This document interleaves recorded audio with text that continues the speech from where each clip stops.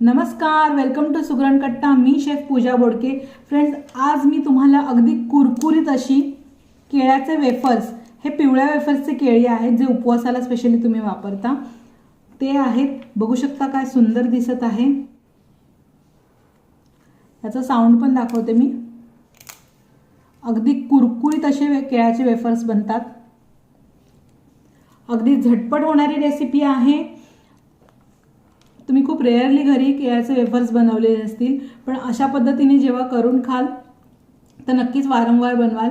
Plus आपण घरी जेव्हा बनवतो तेव्हा चांगल्या तेलात तळतो, त्यामुळे घरच्यांना किंवा मुलांना ह्याचा त्रास नाही होत। मी एक वेफर तुम्हाला खाऊनही दाखवते।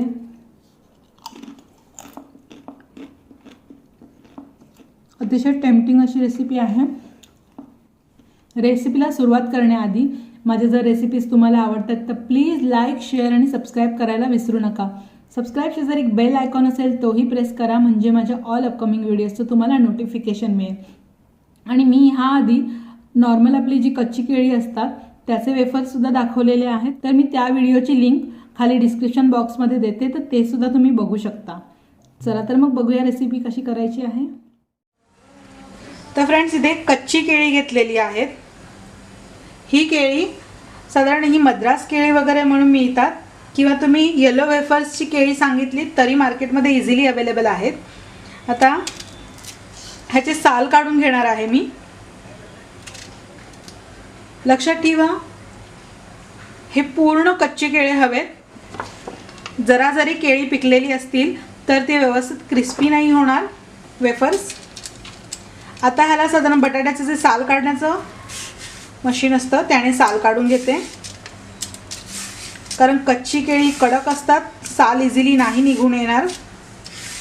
तर अशा पद्धतीने ह्याचे साल काढून घ्यायचं आहे आणि इझिली साळलं जाते।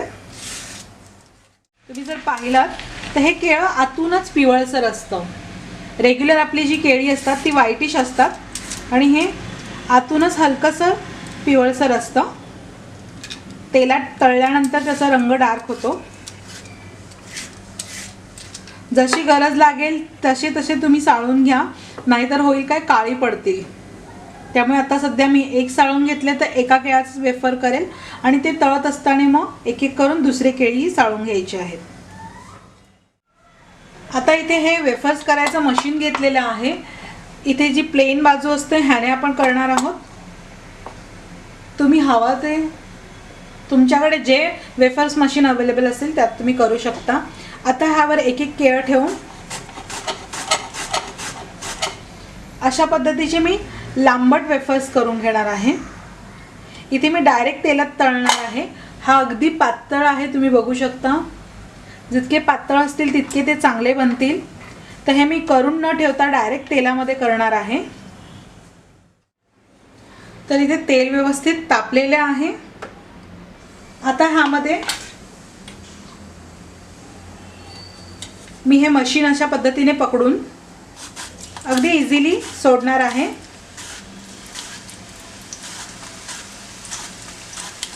जास्त फास्ट न करता तुम्हाला जमेल तसं करा, किंवा अगदी रिस्क नको असेल तर तुम्ही वेगळे चॉपिंग बोर्डवर किंवा प्लेटमध्ये करून मग ह्यात टाकले तरी चालेल। मला सवयीचं आहे म्हणून मी टाकते। याचा फायदा एक होतो की केळं हे थोडंसं चिकटसर असतं।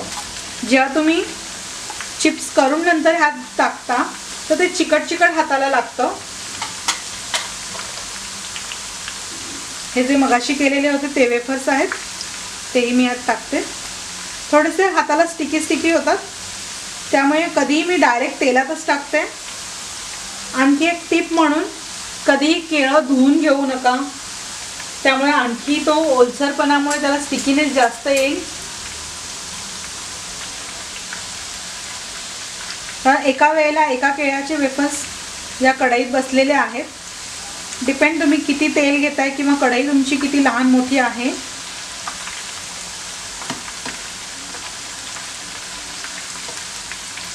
तर बघू शकत असाल तुम्ही, लगेच याचा रंग येलोइश छान आलेला आहे।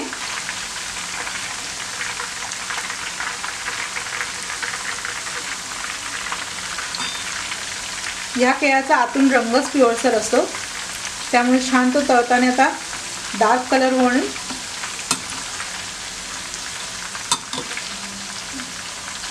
अशा पद्धतीने पूर्ण क्रिस्पी होईपर्यंत त्याला तळून घ्यायचं आहे.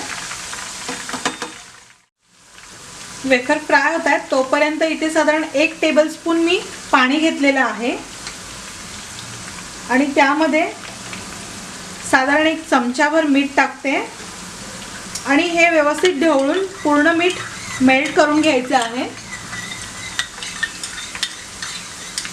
आणि जेव्हा हे वेफर्स व्यवस्थित क्रिस्पी होतील त्यानंतर मी ह्यावर थोडे थोडे करून पाणी टाकणार आहे. हे त्यामुळे होईल काय की एक व्यवस्थित मिठाचा जो लेअर असेल तो वेफर्सवरती चढला जाईल.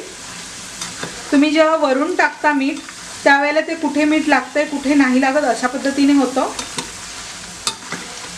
ऑलमोस्ट वेफर्स छान क्रिस्पी झाले आहेत. तरीसुद्धा वेफर्स क्रिस्पी झालेत की नाही हे 2-3 पद्धतीने तुम्ही चेक करू शकता.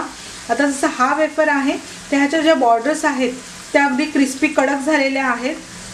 तो कुठेही मऊ राहिलेला नाही आहे. किंवा तुम्ही ह्याच चमच्याने थोडंसं एखादा वेफर दाबून बघा. कधीही कडेने तो लवकर क्रिस्पी होतो आणि मिडलला तो मऊ राहतो. त्यामुळे मध्ये जरा दाबून बघा. वेफर तुटला जातोय किंवा क्रिस्पी लागतोय तरच काढा, नाहीतर मग मऊ लागत असेल तर आणखी 1 मिनिट त्याला फ्राय करून घ्या. आणि खूप झटपट होतात. हार्डली प्रत्येक बॅचला म्हणजे एका बॅचला हे जे तळत आहोत आपण त्याला हार्डली 3 ते 4 मिनिटं लागतात. ऑलमोस्ट क्रिस्पी झाले छान. आता मी ह्यावर जे मिठाचे पाणी केलेले होते हे थोडेसे अगदी चमच्यावर टाकून घेत आहे. आणि हे टाकल्यानंतर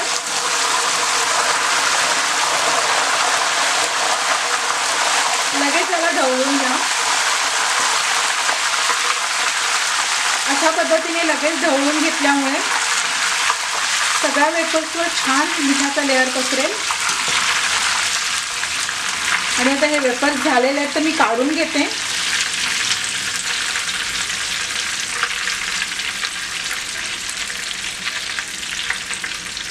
व्यवस्थित तेल निथळून घ्यायचं झाराच्या सहाय्याने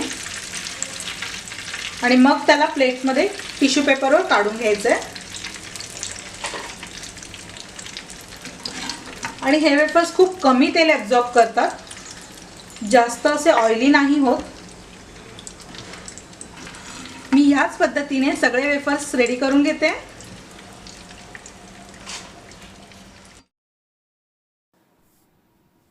तर फ्रेंड्स हे सर्व वेफर्स मी रेडी करून घेतलेले आहेत. अतिशय छान क्रिस्पी असे बनलेले आहेत. तुम्ही ही रेसिपी नक्की ट्राय करा. तर फ्रेंड्स भेटूया नेक्स्ट रेसिपीमध्ये. बाय.